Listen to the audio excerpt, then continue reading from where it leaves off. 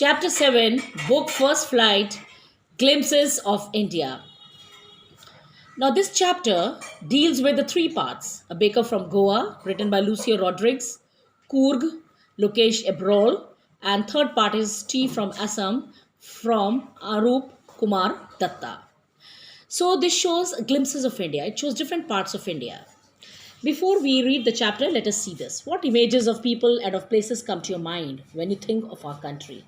Of course, so many people, so many places are there in India worth seeing.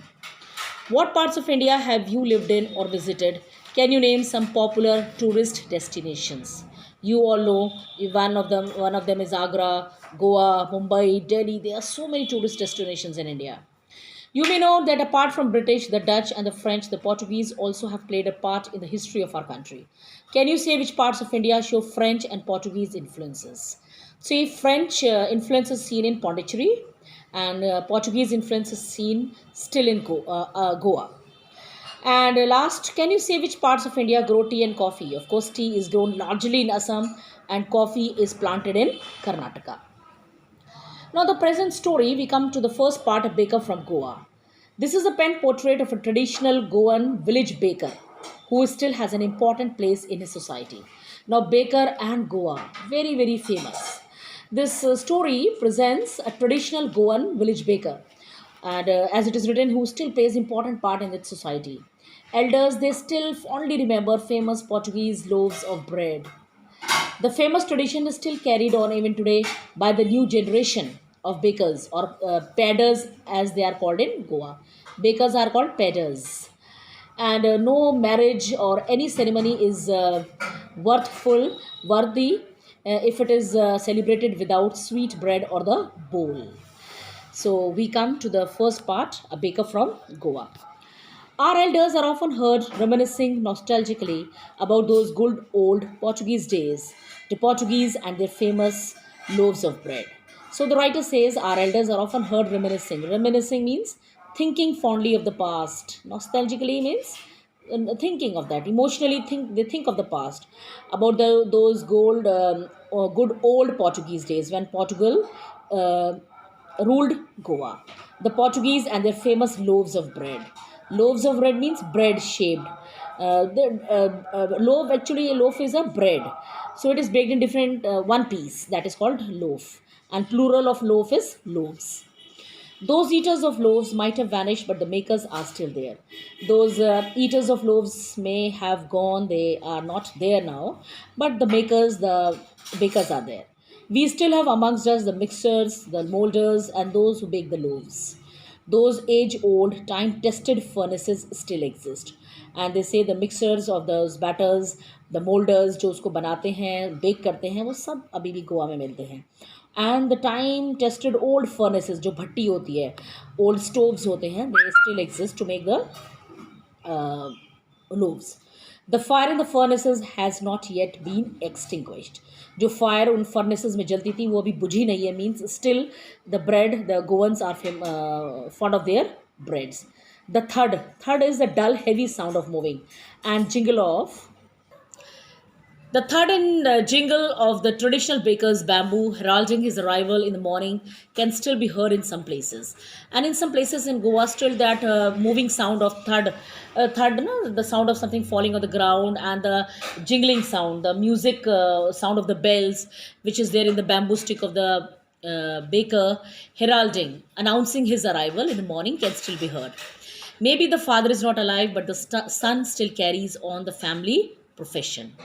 These bakers are even today known as pedder in Goa.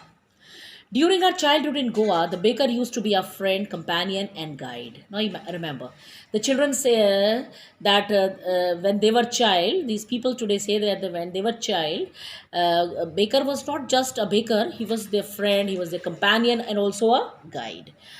He used to come at least twice a day. Once when he set out in the morning on his selling round, and then again when he returned after emptying his huge basket. The jingling thud of his bamboo woke us up from the sleep and we run to meet and greet him.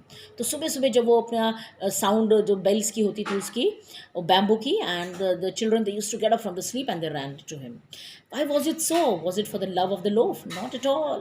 The loaves were bought by some Paskin or Bastine, the maid servant of the house. So they said they didn't go to buy the loaves. Loaves जो है वो कोई भी घर का Paskin, Bastine, anyone could buy. It could be the maid servant also. What we longed for were those bread bangles which we chose carefully. But what they went for, they just went to buy those bread bangles. वो bangles की shape में bread बनाते थे. Sometimes it was sweet bread of special make, and sometimes he used to make uh, a sweet bread, which was very much liked by the children. So bread bangles, you can say round bunches of bread like bangles. चूड़ियों की तरह से गोल गोल bread बनाता था वो. The baker made his musical entry on the scene with his jang jang sound of his specially made bamboo staff. Staff means stick. और baker की musical entry होती थी विद द झैंग झैंग sound because of the bells which were tied on his bamboo stick. On one hand supported the basket, one hand supported the basket on his head, and the other hand banged the bamboo on the ground. तो एक हाथ में उसके से वो support करता था basket which was on his head, और दूसरे हाथ से वो बैम्बू को ग्राउंड पे बैंग करता था, उसको मारता था. He would greet the lady of the house with good morning and then place his basket on the vertical bamboo. So this was his way. फिर वो vertical bamboo पे अपना सामान बास्केट को रखता था. We kids would be pushed aside with a mild rebuke, and the loaves would be delivered to the servant. And the kids, then naturally they used to run. They were pushed aside with a mild rebuke. Polite. Mild means polite rebuke. Rebuke means polite scoldings के साथ डांटते हुए बड़े उनको हटा दिया करते थे. And the loaves would be given to the servant. But we would not give up. We would climb a bench or the parapet and peep into the basket. Now the children, they would not be left behind. They would climb a bench or a parapet. Parapet होता है a railing around the edge of a roof. Roof के बाहर जो railing निकली होती थी उस पर चढ़ के देखते थे कि basket में है क्या. Somehow, I can still recall the typical fragrance of those loaves. The writer says, Lucio says that he still remember that typical, that famous fragrance, that smell of that breads.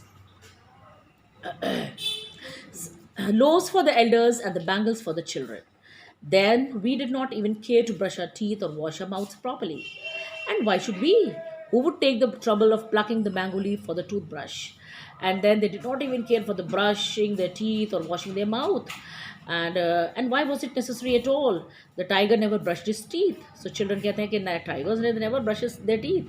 Hot tea could wash and clean up everything so nicely after all. So typical of the children.